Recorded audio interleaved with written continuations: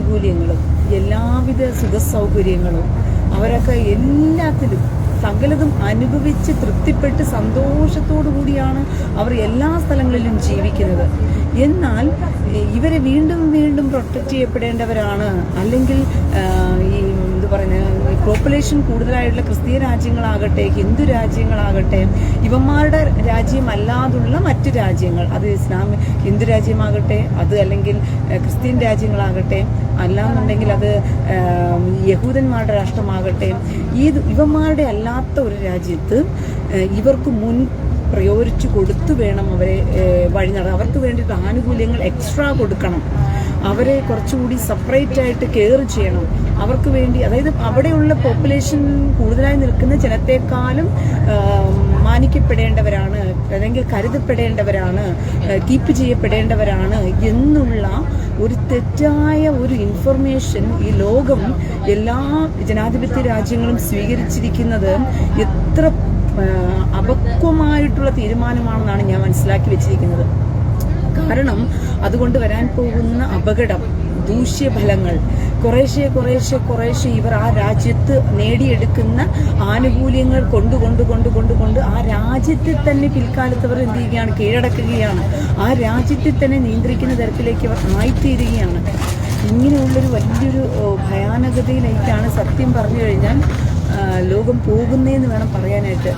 Actually അത് ലോകം മനസ്സിലാക്കുന്നില്ല എന്ന് വേണം പറയുവാനായിട്ട്. എൻ്റെ പ്രിയ സഹോദരങ്ങളെ, ഇപ്പം തന്നെ കഴിഞ്ഞ ദിവസം സ്പെയിന്, നോർവേ, പിന്നെ വേറൊരു രാജ്യം, ഇങ്ങനെ 3 രാജ്യങ്ങൾ കൂടി തീരുമാനമെടുത്തിരിക്കുകയാണ് പലസ്തീനെ ഒരു രാജ്യമായി അവർ അംഗീകരിച്ചിരിക്കുന്നു എന്ന് പറഞ്ഞുകൊണ്ട്. പലസ്തീനെ ഒരു രാജ്യമായിട്ട് അംഗീകരിക്കുന്നത്, പലസ്തീനെ പിള്ളേരെല്ലാം പിടിച്ചുകൊണ്ട് പോയിട്ട് ജോലിയൊക്കെ കൊടുത്ത് അവർ നിർത്തട്ടെ അവിടെ തന്നെ.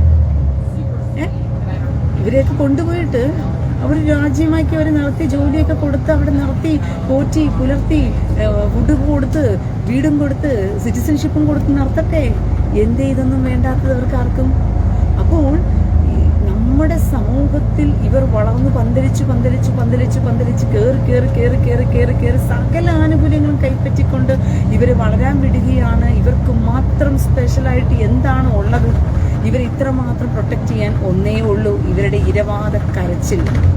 ഇവർ എന്ത് തോന്നിവാസം കാട്ടിക്കൂട്ടിയാലും കൂട്ടമായിട്ട് കിടന്ന് കരയും. ഈ വർഗങ്ങൾ കൂട്ടമായിട്ട് തെരുവിലിറങ്ങും, കൂട്ടമായിട്ട് ആക്രമണം അഴിച്ചുവിടും, കൂട്ടമായിട്ട് ഇവർ പ്രതിരോധം തീർക്കും. ഈ ഒരു ഭയത്തെ കണ്ടുകൊണ്ടാണ് ഇവരെ പ്രൊട്ടക്റ്റ് ചെയ്യുന്നതും ഇവർക്ക് വേണ്ടുന്നത്. നമുക്ക് കരയുന്ന കുഞ്ഞിനേ പാലുള്ളൂ എന്നുള്ള ആ സമ്പ്രദായം കൈക്കൊള്ളുകയും അതിനനുസരിച്ച്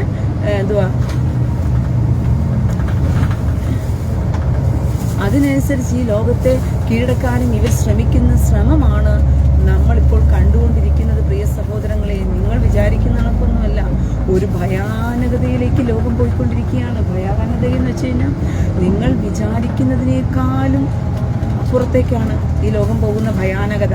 ദുബായിൽ ഇപ്പോൾ ഫേസ് റെക്കഗ്നൈസേഷൻ ചെയ്തുകൊണ്ടാണ് പാസ്പോർട്ടുകളൊക്കെ ഉപയോഗിക്കുന്നത്. പാസ്പോർട്ട് ഉപയോഗിക്കണമെങ്കിൽ പ്രത്യേകിച്ച് പാസ്പോർട്ടൊന്നും അല്ല കൊണ്ടുപോകേണ്ടത്, ഫേസ് റെക്കഗ്നൈസ് ചെയ്താൽ മതി. ഒരു പാസ്പോർട്ടായിട്ട് നമ്മുടെ കയ്യിൽ ഉപയോഗിക്കുന്ന പാസ്പോർട്ട് കൊണ്ടുപോകേണ്ട ആവശ്യം വരുന്നില്ല. ഇപ്പം നമ്മളൊക്കെ പാസ്പോർട്ട് കൊണ്ടു നടക്കുകയാണ് ചെയ്യുന്നത്, മനസ്സിലായോ? അയ്യോ, ഇതൊക്കെ പുതുക്കേണ്ട സമയമായി. നമ്മൾ പാസ്പോർട്ടൊക്കെ കൊണ്ടു നടക്കുകയാണ് ചെയ്യുന്നത്. പക്ഷേ ഇവർക്ക് പാസ്പോർട്ട് ഇങ്ങനെ കൊണ്ടു നടക്കണ്ട. ദുബായിലൊക്കെ ഇനിയിപ്പോൾ ഫേസാണ് പാസ്പോർട്ടിന് പകരം റെക്കഗ്നൈസ് ചെയ്ത് കയറുന്നത്, ഫേസ് വെരിഫിക്കേഷൻ. ഞാൻ ഇതിനെക്കുറിച്ചൊക്കെ വീഡിയോ ഓൾറെഡി ചെയ്തിട്ടുണ്ട്, അത് യൂട്യൂബിൽ കിടന്നിട്ടുണ്ടായിരുന്നു. ഇപ്പോൾ ആ വീഡിയോ യൂട്യൂബിലില്ല, നിങ്ങൾക്ക് കാണാനും പറ്റത്തില്ല. അതായത് ആമോസിന്റെ പ്രവചനം 8-ാം അധ്യായം 11-ാം വാക്യത്തിൽ പറഞ്ഞിരിക്കുന്ന കാര്യം ഇപ്രകാരമാണ്: അപ്പത്തിനായിട്ടുള്ള വിശപ്പോ വെള്ളത്തിനായിട്ടുള്ള ദാഹമോ അല്ല, പിന്നെയോ മനുഷ്യർക്ക് ഇനിയും വചനം കിട്ടാതെ പോകും. വചനത്തിന് വേണ്ടി മനുഷ്യർ ദാഹിച്ചു വിശക്കാൻ പോകുകയാണ് പ്രിയ സഹോദരങ്ങളെ. അതുകൊണ്ട്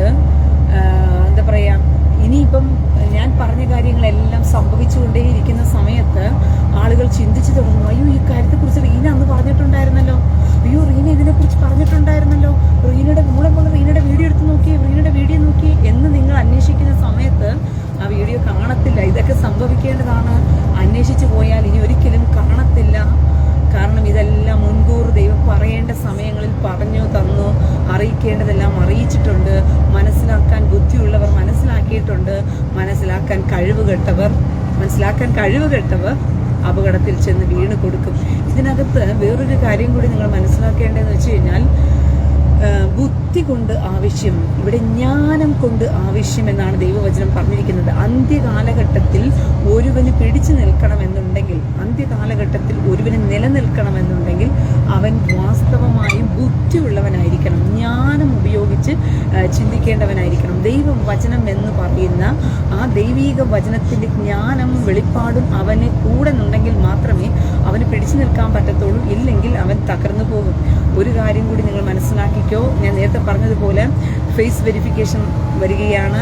അതുപോലെ ആർട്ടിഫിഷ്യൽ ഇൻ്റലിജൻസിൻ്റെ അതായത് തലതൊട്ടപ്പൻ, ഗോഡ് ഫാദർ എന്ന് പറയുന്ന മനുഷ്യൻ കഴിഞ്ഞ ദിവസം വന്ന് വളരെ വ്യക്തമായി പറഞ്ഞൊരു കാര്യമാണ്, ഇനി ലോകത്തേക്ക് യൂണിവേഴ്സൽ ബേസിക് ഇൻകം കൊടുത്തിട്ടില്ല എന്നുണ്ടെങ്കിൽ ജനങ്ങൾ പട്ടിണി കിടന്ന് ചാകുമെന്ന് പറഞ്ഞുകൊണ്ട് ക്ഷാമം വരാൻ പോവുകയാണ്. അത് വേറൊരു സെക്ഷൻ.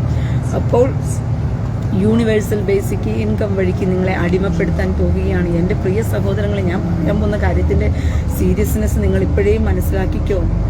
അതായത് ട്രാപ്പ് എന്ന് പറഞ്ഞു കഴിഞ്ഞാൽ നിങ്ങൾ വിചാരിക്കാത്ത തരത്തിലാണ് ട്രാപ്പ് വരാൻ പോകുന്നത്. ഈ തുലുക്കന്മാരുടെ കയ്യിലേക്കാണ് ഈ ആർട്ടിഫിഷ്യൽ ഇൻ്റലിജൻസ്, ഈ സകല സംവിധാനങ്ങളും എല്ലാം ഈ തുലുക്കന്മാരുടെ കൈവെള്ളയിലേക്കാണ്.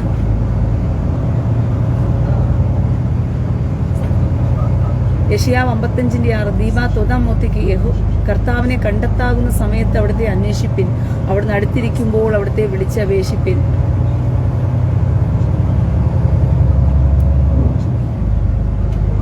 ബാബിഷ് അപ്പു ലൈവ് ബ്രേക്ക് ആകുന്നുണ്ട്. അതെ, നെറ്റ് കട്ടാകുന്നത് കൊണ്ടാണ്. ഓക്കെ, അപ്പോൾ ഒരു കാര്യം മനസ്സിലാക്കിക്കൊള്ളുക, നിങ്ങൾ ഉദ്ദേശിക്കുന്ന തരത്തിലൊന്നുമല്ല കാര്യങ്ങൾ പോകുന്നത്. നമ്മൾ അന്ന് പറഞ്ഞിട്ടുള്ളതായിട്ടുള്ള എല്ലാ അർത്ഥത്തിലും കാര്യങ്ങൾ കുറേശ്ശെ ലോകത്തിലേക്ക് വന്നുകൊണ്ടിരിക്കുകയാണ്. പക്ഷെ ഇതിൻ്റെയൊക്കെ നിയന്ത്രണം ഏറ്റെടുക്കാൻ പോകുന്നത് ഈ തുലുക്കന്മാരാണ്. ഇപ്പം ഞാൻ പറഞ്ഞില്ലേ, ഏതാണ് ഡിജിറ്റൽ കറൻസി WHO, അതായത് വേൾഡ് ഹെൽത്ത് ഓർഗനൈസേഷൻ ഇപ്പോൾ ഡിജിറ്റൽ കറൻസി ആഫ്രിക്കൻ രാജ്യങ്ങളിലൂടെയാണ് അവർ പേയ്മെന്റ് നടത്തിക്കൊണ്ടിരിക്കുന്നത്.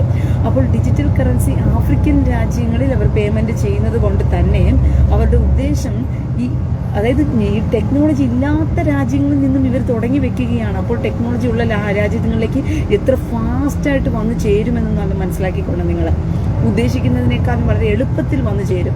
ടെക്നോളജി ഇല്ലാത്ത രാജ്യങ്ങളിൽ നിന്നും തുടങ്ങി വെക്കുന്നത് എന്തിനാണെന്ന് ചോദിച്ചു കഴിഞ്ഞാൽ, ടെക്നോളജി ഇല്ലാത്ത രാജ്യങ്ങൾ പോലും ഇത് അക്സെപ്റ്റ് ചെയ്യുമ്പോൾ ടെക്നോളജി ഉള്ള രാജ്യങ്ങൾ ഇതിനെ അക്സെപ്റ്റ് ചെയ്തില്ല എന്നുണ്ടെങ്കിൽ അത് ഷെയിമായിട്ട് ആ രാജ്യങ്ങൾക്ക് ഫീലാകും പിൽക്കാലത്ത്.